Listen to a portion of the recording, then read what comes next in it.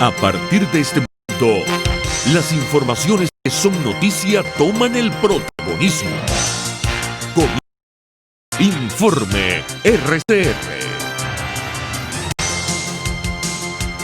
Muy buenos días, hoy es 12 de junio de 2020 y están en sintonía de Informe RCR que llega a ustedes a nombre de Jaime Nestares en la dirección general de la estación, de Wilitz Arcaya en la gerencia de producción, de Jackson Vargas en la coordinación de redacción.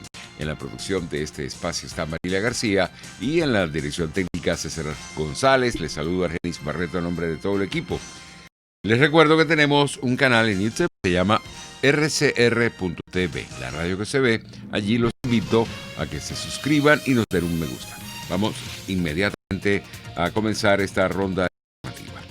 El Parlamento venezolano, encabezado por el presidente interino Juan Guaidó, afirmó que no consignará ante el cuestionado Tribunal Supremo de Justicia la lista de candidatos al Consejo Nacional Electoral, tal como lo exigió su Sala Constitucional en sus intentos de renovar las actividades del máximo ente comicial del país para a las votaciones parlamentarias previstas para este año. Ángel Medina, presidente del Comité de Postulaciones Electorales de la Asamblea Nacional, desestimó el ultimátum de 72 horas para que su despacho revele al Poder Judicial los nombres postulados al organismo comicial, tal como publicó el Poder Judicial la noche del pasado miércoles. Nadie nos puede obligar a nosotros a violar la ley. La ley está muy clara y la ley establece lapsos muy claros. Nadie nos puede obligar, ni un civil ni un subfuncionario militar. Nadie puede obligarnos, o nadie puede obligar más allá. Nadie puede obligar a un ciudadano a violar la ley. No se trata de lo que dice la ley, y la ley establece una convocatoria, y cuando se hace esa convocatoria, pues todos los que se incluyen en esa convocatoria van y se presentan en esa convocatoria son los que conforman finalmente la lista. Entre tanto, el presidente de la Comisión de Asuntos Exteriores de la Eurocámara, el alemán David McAllister, consideró que la ratificación de Luis Parra como presidente de la Asamblea Nacional no fue legítima, no respetó el procedimiento legal ni los principios democráticos. En un comunicado, McAllister consideró terrible la decisión del Tribunal Supremo de Justicia del régimen de Maduro del pasado 26 de mayo y tildó este movimiento de ataque del régimen a la última institución democrática que quedaba en el país. Además, reiteró su apoyo a Juan Guaidó como presidente de la Asamblea Nacional y presidente interino de Venezuela. 9:03. Continuamos con más información. Las autoridades de Colombia expulsaron la noche de este jueves a un presunto militar venezolano que se hizo pasar como desertor del régimen de Nicolás Maduro para radicarse en el país y espiar al ejército de este país. Gerardo Rojas Castillo fue expulsado a Venezuela de manera discrecional por la autoridad migratoria con base en un informe del ejército en el que se le señala de realizar actividades no autorizadas, las cuales pondrían en riesgo la seguridad nacional. Esto lo indicó Migración Colombia en un comunicado. En más del panorama nacional tenemos que Nicolás Maduro informó este jueves que se confirmaron 76 casos del nuevo coronavirus en las últimas 24 horas. Maduro destacó que 40 son importados de Colombia y Brasil, mientras que otros 36 son comunitarios, de los cuales 34 corresponden al foco del mercado de las pulgas de Maracaibo en el estado Zulia. Con estos nuevos contagios reportados este jueves, asciende a 2.014 la cifra total de COVID-19 en Venezuela. Por su parte, el periodista Lenín Danieri explicó esta mañana a través de RCR cuál es la realidad que se está viviendo en este momento en el estado Zulia por la pandemia del COVID-19. Las cifras que dan las autoridades son menos de 200 casos, poco más de 140, 150 casos confirmados según las autoridades y bajo sospecha no dan una cifra. Tengo entendido que sería en el orden entre los 600 y 1.000 personas que estarían bajo sospecha de COVID-19. Por supuesto, como te decía, no se pueden dar cifras que contrasten con las que dan las autoridades, pero sin embargo, si nos ponemos a analizar bien todas las decisiones y todas las cosas que están sucediendo, definitivamente las cosas no están nada bien. También tomando en cuenta que se han tomado restricciones, como por ejemplo que después del mediodía las personas que no tengan salvoconducto o no tengan una justificación lo suficiente válida que les excuse, que les dé una razón, valga la redundancia, por estar afuera, que son detenidas, y ya varias de ellas han sido detenidas. También te dice que, bueno, están tratando de ser un poco más severos, ¿no?, con el tema de la movilidad. Sin embargo, en las mañanas el horario para surtir combustible subsidiado es de 8 de la mañana a 12 del mediodía. Ese tiempo no es suficiente. Las colas son enormes, no puedes pernoctar en ellas porque también te meten preso. Entonces, es una situación complicada porque comenta todo esto que te estoy comentando. Aquí siguen los apagones, aquí siguen las fallas en el servicio de agua potable, zonas que no tienen agua desde hace 2 o 3 años. Entre tanto, con el apoyo de la Organización Panamericana de la Salud, se prevé las pruebas de COVID-19 en el país. Los detalles de esta información con nuestros colegas de La Voz de América. Al menos 45 trabajadores sanitarios se han contagiado de coronavirus en Venezuela, de acuerdo con el balance oficial. Muchos de quienes laboran en los hospitales del país deben reutilizar sus tapabocas y guantes, pues no hay suficiente para todos los empleados. Una enfermera que prefiere reservar su identidad por temor a represalias cuenta que han intentado ingresar a enfermos con COVID-19 al hospital psiquiátrico donde trabaja.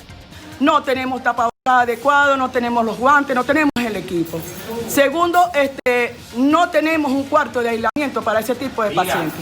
No estamos arriesgando así a contagiarnos y a llevar este tipo de enfermedades a nuestros hogares. Y es justamente esto lo que se busca reducir con el plan de asistencia humanitaria por la Organización Panamericana de la Salud, que manejará en una primera fase $10 millones.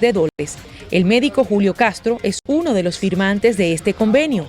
Cree que el monto es poco para reforzar lo que califica como el deteriorado sistema de salud venezolano, pero lo ve como un buen comienzo. No sabemos cuánto va a durar la epidemia de COVID en Venezuela, ni qué intensidad va a tener en términos de cantidad de gente afectada. Eso no lo podemos predecir hasta ahora. Sí nos preocupa que creo que es obvio, información que está en los medios, van aumentando de una forma muy importante en las últimas 2 semanas. Y eso refleja que la situación epidemiológica no es igual de hace meses. Advierte que es necesario aumentar el número de laboratorios con capacidad para procesar exámenes de coronavirus, pues en este momento solo el Instituto Nacional de Higiene en Caracas lo hace, pero demora 7 días en dar el resultado. El gobierno de Colombia anunció la restricción de autobuses que llevan a la zona de frontera a migrantes venezolanos que desean regresar a nuestro país. Así lo confirmó Juan Francisco Espinosa, director general de Migración Colombia. Inicialmente procuramos que se permitiera la salida del norte de Santander, desde La Guajira y desde Arauca. Logramos la habilitación de un corredor humanitario por norte de Santander. Posteriormente logramos la habilitación por la frontera con Arauca y finalmente hemos logrado 5 corredores humanitarios con La Guajira. Es decir, ha sido absolutamente insuficiente. Infortunadamente, como es de público conocimiento, se limitó la salida por Arauca inicialmente. Es decir, si bien salían migrantes todos los días, exceptuando domingo, la decisión de Venezuela fue restringirlo a lunes, miércoles y viernes. Posteriormente, disminuyeron el cupo de personas por el puente Simón Bolívar. Estábamos buscando unos flujos de 700 personas diarias, pero fueron reduciéndose a 400 personas diarias. Y finalmente, este fin de semana, la opinión pública conoció la decisión de Venezuela de restringir la salida de Colombia, el ingreso hacia Venezuela de sus connacionales por norte de Santander al lunes, miércoles y viernes, 300 personas en cada uno de esos días. Eso quiere decir 900 personas por norte de Santander, 300 personas por Arauca, es decir, 1.200 personas a la semana. Bogotá, Bucaramanga, Medellín, Cali y Tame son las ciudades del país de las cuales más han retornado los ciudadanos venezolanos. Y aquí un poco como lo hemos dicho desde el principio, respetamos profundamente el derecho a migrar. Respetamos ese derecho que tiene la población venezolana de retornar hacia su país, pero siempre hemos exigido coordinación, respeto, organización y protección, tanto para la población migrante como para la población colombiana que está en esas ciudades de tránsito y, por supuesto, en las ciudades de frontera. Por su parte, Tomás Páez, sociólogo del Observatorio de la Diáspora Venezolana, calificó de impropio el trato que están recibiendo los venezolanos al regresar al país. A su país. Eso viola primero el derecho humano fundamental establecido en 1948. Es un trato indigno. Yo no me quiero imaginar a un régimen como estos recibiendo migración, porque serían, digamos, el horror. Y además con esquemas estigmatizadores como la declaración del secretario de gobierno del Estado Zulia, que es una cosa imperdonable, acusando a Colombia además de convertir a los venezolanos en arma biológica, ¿no? La presión internacional ha jugado en esa dirección, ha jugado en la dirección de buscar recursos. Además, los organismos internacionales están tratando de evitar que lleguen a Venezuela, digamos, de favorecer su estadía en los países de acogida, porque llegar a Venezuela es crear una situación, es que estos venezolanos que llegan se van a encontrar con la siguiente situación: maltrato, les roban los teléfonos, los colocan en una situación en la que el contagio tiende a crecer, no hay agua, no hay electricidad y no hay alimento.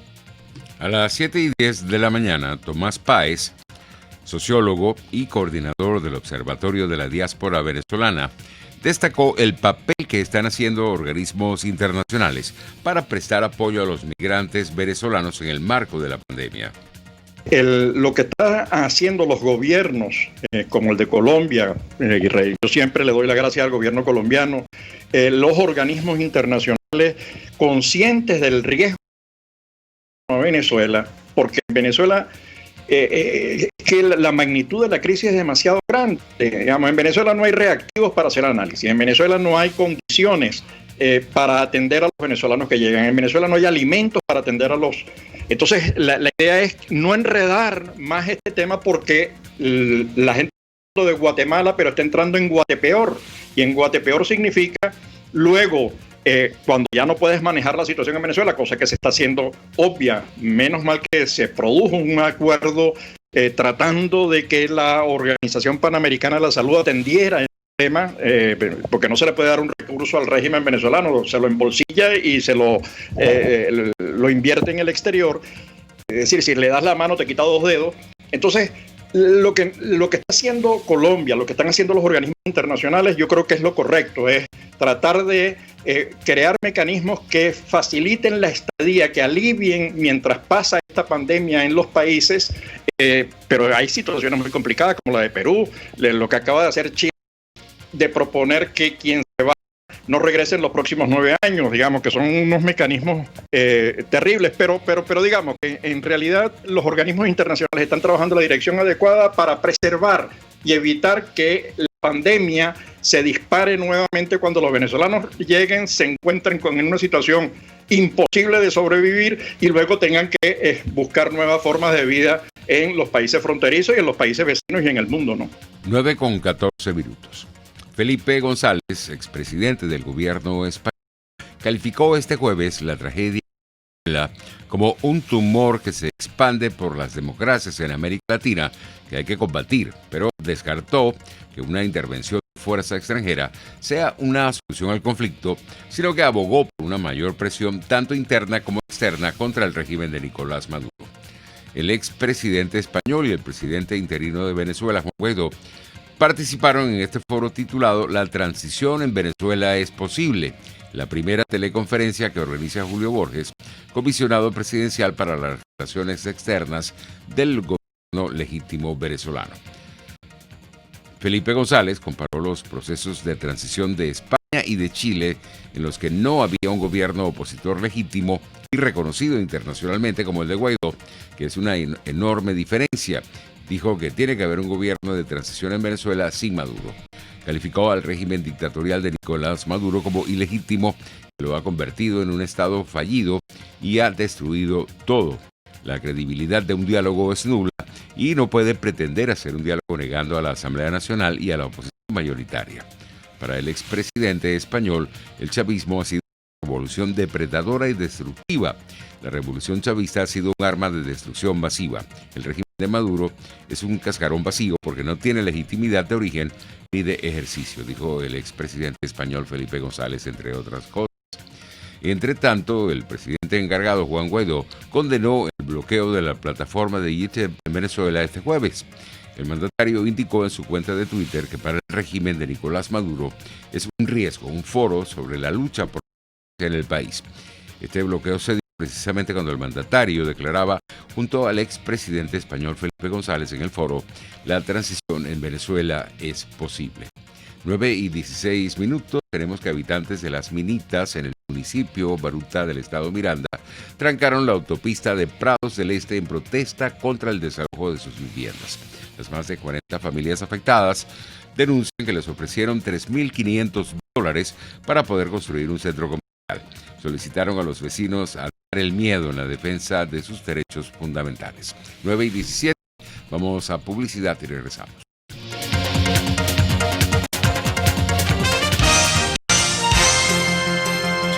Usted escucha Informe RCR por su 750 AM. Puedes seguirnos en nuestras redes sociales. En Twitter, @RCR750, la radio. Mientras los militares tengan los incentivos suficientes para seguir del lado de Maduro, aquí ni que participen en 400 elecciones van a sacar al chavismo. Quítense esa película de la cabeza, olvídense del cuento de que votar masivamente, que no importa ganar, que lo que importa es participar porque hay que desenmascarar. Olvídense del tango que Gardel murió. La piedra de tranca en Venezuela es la carencia de militares dispuestos a sacarle la silla a Maduro. ¿Cómo se resuelve eso? Bueno, hay que cambiar la estructura de incentivos con los militares, o hay, a mi juicio, lo más efectivo, porque ya se les ha ofrecido de todo, que plantearles una amenaza real para que desistan de acompañar a Nicolás Maduro. Y así nos va, pura cabilla. Lara y Hernández descosen y revelan los secretos más oscuros del acontecer político. Y así nos va, de lunes a viernes a las 4 de la tarde. Radio Caracas Radio, porque lo bueno une. Una palabra bien dicha y en el momento oportuno puede hacer la diferencia. Palabras sueltas pueden no significar nada, pero juntas pueden mover el mundo. Palabras más o menos me estás dejando. Descúbralas junto a una periodista intrépida, incisiva y audaz, María Alejandra Trujillo en Palabras más, palabras más, palabras menos. Palabras más, palabras menos. De lunes a viernes, a partir de las 7 de la mañana, por RCR 750 AM. Palabras más, palabras más, palabras menos. En la crisis se encuentran las oportunidades. Aquí en Sin Estrés se las mostramos con invitados especiales que nos regalan sus experiencias por una Venezuela mejor. Cada tarde, de lunes a viernes a las 3, desde el emprendimiento, la educación, la salud y el entretenimiento.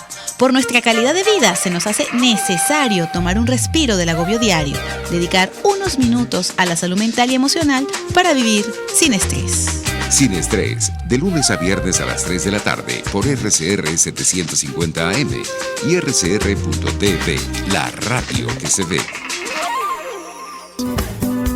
Dosis Alternativa es una ventana abierta donde usted hallará respuestas a diversos temas de salud que nos preocupan. La distensión abdominal, muchas personas lo plantean como una enfermedad. Sin embargo, la distensión abdominal, más que una enfermedad o una condición, es un síntoma y es un motivo de consulta sumamente frecuente entre los pacientes que van al gastroenterólogo o que vienen a la consulta de gastroenterología, Dosis Alternativa les hace llegar de una manera sencilla y amena la orientación de profesionales que necesita para comprender y manejar correctamente situaciones de nuestro día a día. Los resultados del laboratorio tienen que ser interpretados con la clínica del paciente. Si bien es cierto, siempre es bueno hacerse exámenes médicos por lo menos una vez al año, también es bueno hacerse también la evaluación clínica, no solo hacerse el examen de laboratorio, sino también ir al médico internista, hacerse un chequeo general anual. Dosis Alternativa con Marilia García y Jackson Vargas, de lunes a viernes a las 9:30 de la mañana, solo por RCR y RCR.tv, la radio que se ve. Les estamos presentando Informe RCR, el compacto informativo de esta hora, solo por RCR 750 AM.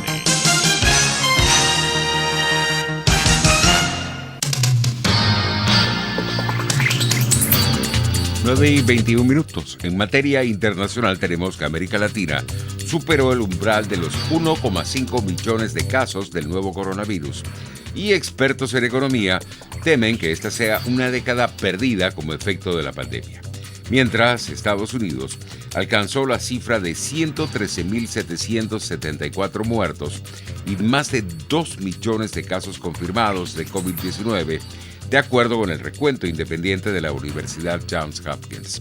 El estado de Nueva York se mantiene como la zona de esa nación norteamericana más castigada desde el comienzo de la pandemia, con 380.000 casos confirmados y 24.000 fallecidos. Entre tanto, la Organización Mundial de la Salud advierte que la pandemia del nuevo coronavirus se está expandiendo en África. Nuestros colegas de Radio Francia Internacional nos amplían. It's clear that the pandemic is accelerating. 10 of the 54 countries in Africa. Según la directora regional para África de la OMS, 10 de los 54 países del continente contribuyen a la progresión de los casos y concentran el 75% de los 200.000 contagios detectados.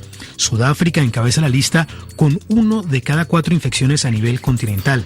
Y en total, la ola epidémica se ha cobrado ya unas 5.000 vidas, principalmente en las capitales y sus aglomeraciones, si bien se contempla ya una progresión del virus fuera de los centros urbanos. Hicieron falta 98 días para superar los primeros 100.000 casos positivos y otros 19 para duplicar esa cifra, declaró también Matshidiso Moeti al advertir sobre la aceleración de la pandemia en África. En más del panorama internacional tenemos que la Corte Penal rechazó este viernes las sanciones contra el tribunal anunciadas por el presidente de Estados Unidos, Donald Trump, y las calificó como un intento inaceptable de interferir en el imperio de la ley. Más detalles en el siguiente reporte. No podemos quedarnos con los brazos cruzados mientras nuestros hombres están amenazados por un tribunal amañado. No lo haremos, martilló el jefe de la diplomacia estadounidense Mike Pompeo junto a sus colegas del Pentágono, de la Justicia y el consejero de la Seguridad Nacional. Una puesta en escena de demostración de fuerza en la que el ministro de Justicia llegó incluso a acusar a Rusia de manipular a la CPI.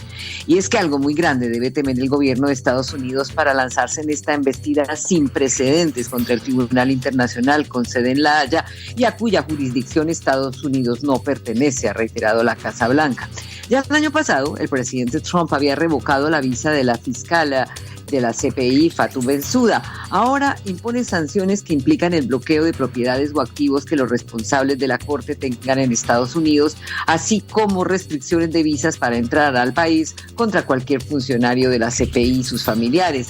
Y es que pese a las amenazas de Trump, la CPI decidió en marzo pasado autorizar la apertura de una investigación por crímenes de guerra y lesa humanidad perpetrados en Afganistán, no solamente por los talibanes y las fuerzas de Kabul, sino por soldados estadounidenses y por la CIA desde 2011 en Afganistán, donde Estados Unidos ha librado la guerra más larga de su historia. El ataque de Washington contra la CPI fue felicitado por el primer ministro de Israel, Benjamín Netanyahu, quien también podría ser objeto de investigación de la CPI por crímenes de guerra perpetrados en Cisjordania y Gaza. 9:25 minutos, así estamos llegando al final por el día de hoy. Les deseamos que tengan un feliz fin de semana. Nos volvemos a escuchar y ver este próximo lunes. Hasta entonces.